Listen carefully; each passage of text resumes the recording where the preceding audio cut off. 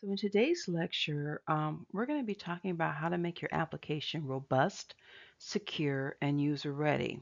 We'll walk through three significant responsibilities you now have as developers: testing your application, implementing security best practices, and conducting a security audit.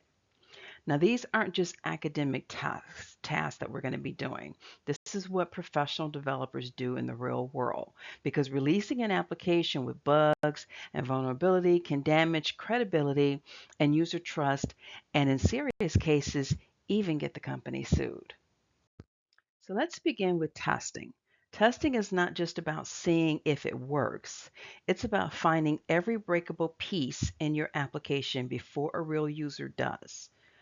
What you're testing are things like forms. Are they validating correctly? Do they catch bad input? Do they show helpful error messages? You want to go through every form, the registration, the login, the event creation, all of those. Test them with valid input.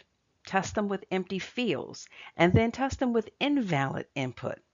Make sure error messages are shown clearly and they're user friendly. Then you want to test your CRUD operations.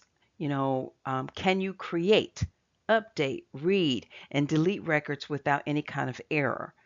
Does the database reflect those changes? For example, can you successfully create an event? Can you edit it and then delete it without having any kind of issue? Then test the login and the log out. Is the authentication process reliable? Do sessions end properly on logout? Can unauthorized users get to pages that they shouldn't? Test logging in with, say, both correct and then incorrect credentials. Verify that once a user logs out, they can't access the protected pages again. Also, ensure sessions are being created and destroyed correctly. Now, why do we test for these things? Because a form that doesn't validate input opens us up to all kinds of attacks.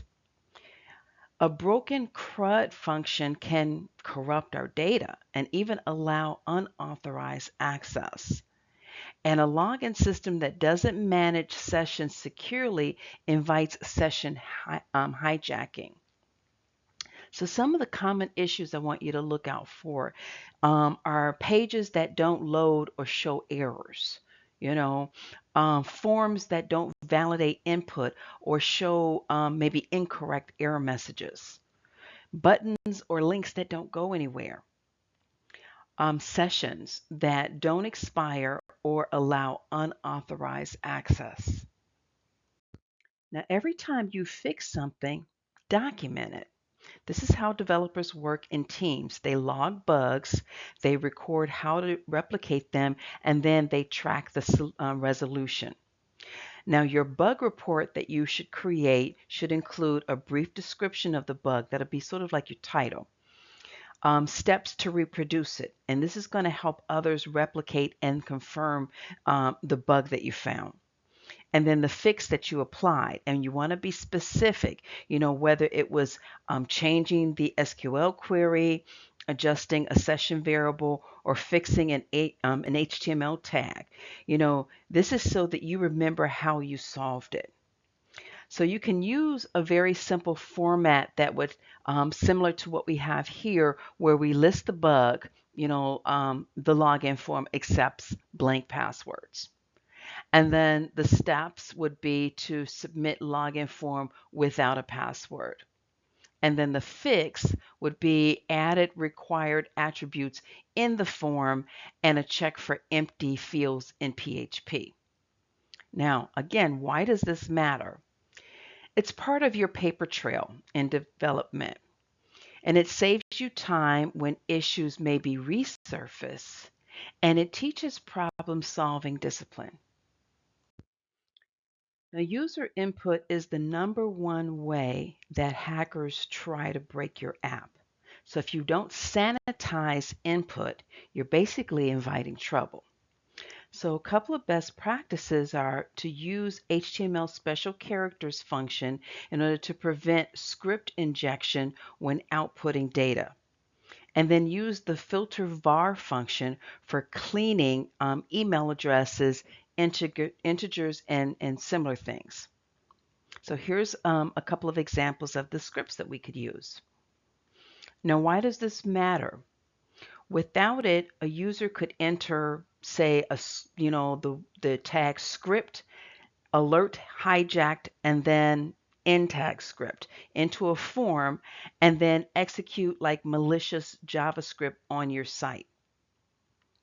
So sort of a real world example of this, this type of attack is called like a cross-site scripting or XSS, and it's probably one of the top vulnerabilities of websites.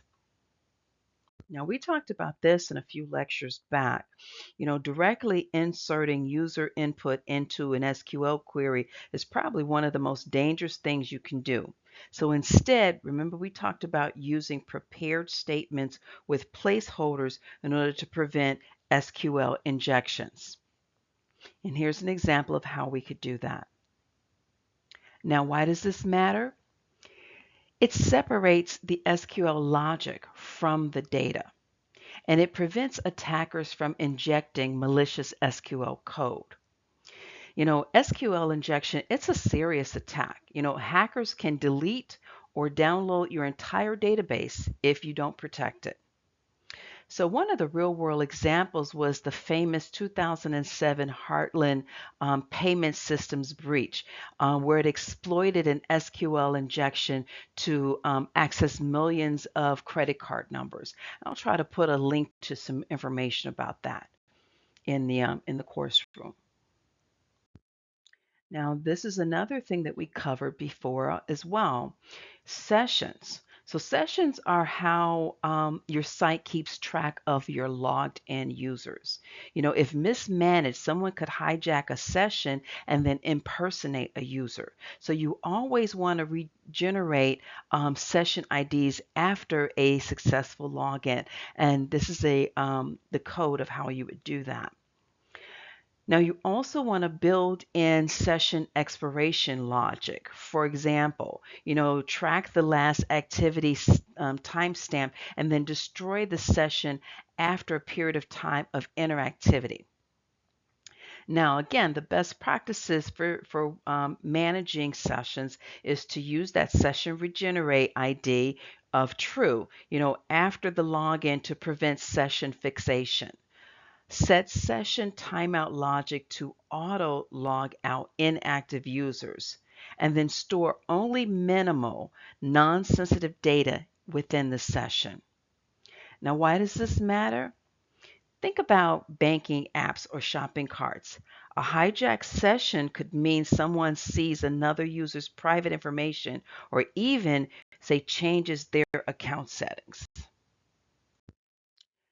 Now, if you're storing passwords as is, you're doing it wrong and dangerously so. So you want to use the password hashing, when you're storing your passwords. So here's an example. The first example is how we would use that. Okay, how we would, use the password hashing. And then the second example here is, once we log on, this is how we would verify it. Now, why does this matter? If someone breaches your database, hashed passwords are unreadable, without significant computing power. Plain text passwords, they're immediately usable. So the best practice is going to be to always hash and never try to decrypt hashes. Instead, verify using the password verify function. Now, cross-site request forgery, CSRF, happens when a user is tricked into submitting a form on your site without knowing it. Protect every form with a CSRF token. So in this first example here of our scripting, this is how we would add this to our form to generate the token. Okay, the second example here is how we would include it into the form as a hidden input. And then the third example is how we would validate the token when processing the form. Now, why does this matter? A logged in user could be tricked into submitting a form without their knowledge, like deleting an account or making a payment. Never show full error messages to users. Now, it might seem helpful during development, but in production, it's a risk. Instead, you want to show generic messages like something went wrong, and then log detailed error messages privately. So you want to replace detailed error messages with a user-friendly one, such as the example here. And then when you go to log the error, then this is how you could actually log the real error to a file. This way, users aren't shown sensitive data, but you still have access to the details for troubleshooting. Now, again, why does this matter? Because detailed errors can reveal your database structure. It can reveal the file paths or even system info. And hackers use this to plan attacks. So the best practice is going to be to show users just enough to know that there's an issue, but not any technical details. Now, once you've applied your fixes and security updates, it's time for an audit. So here's your security audit. You want to look to see, are all user inputs validated and sanitized? Then you want to check, are prepared statements used everywhere? Are session IDs regenerated after login? Are passwords hashed securely? Are error messages vague but detailed error messages logged? So your security report that you create should include like any vulnerabilities that you've discovered. What did you do to fix them? And then any areas that still need improvement. Now in the course room, I've provided a Excel spreadsheet of a template for a bug report. So some of the information that you'll be recording if you decide to use that report is one, you'll have a bug ID. So this is just a number, some kind of numeric pattern that you'll create so that you can be able to easily identify the bug that you found. Then you want to have a bug title, which is going to be a concise summary of the issue. You want to have a description, which is going to be the brief explanation of, say, what's going wrong. And then for your steps to reproduce, remember, we want to allow so that someone else can say possibly reproduce as far as the problem, to be able to see what the problem is. So you want to have it step by step until the issue occurred. What steps were taken before you actually saw that issue? And then expected results, what should happen.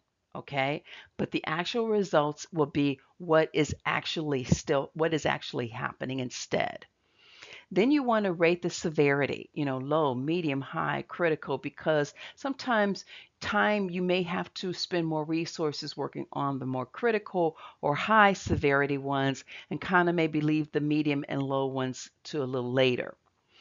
And then you want to log the fix applied, explain what changes you made to resolve the issue. And then it's always helpful to have like some kind of screenshot, of it or a link to it and, whatever kind of notes that you need to take. So you'll also see that I've included a security report template as well. And of course, this is going to be a report of the different vulnerabilities that maybe you discovered during your testing.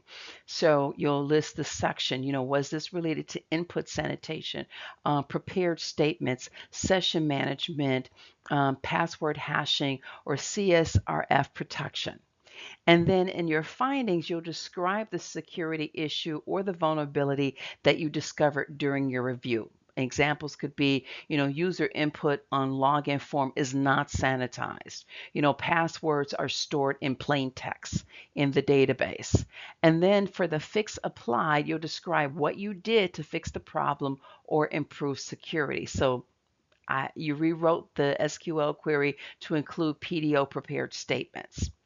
And then in the evidence column, these are like your codes or your files. You reference to the code snippet or the page or the file name where you found the vulnerability.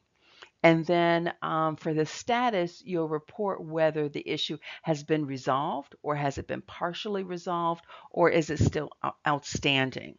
And then for your notes, you'll use this for like any maybe explanation or any kind of, say, justification. I used to tell my developers what you're trying to do is break your system. Okay. And that's the way that you find these vulnerabilities and these different issues. Debugging and securing your app, it's what turns code into a trustworthy product. You know, make sure that you're testing thoroughly. You're documenting clearly, and then you code defensively. These are the core responsibilities of a real developer.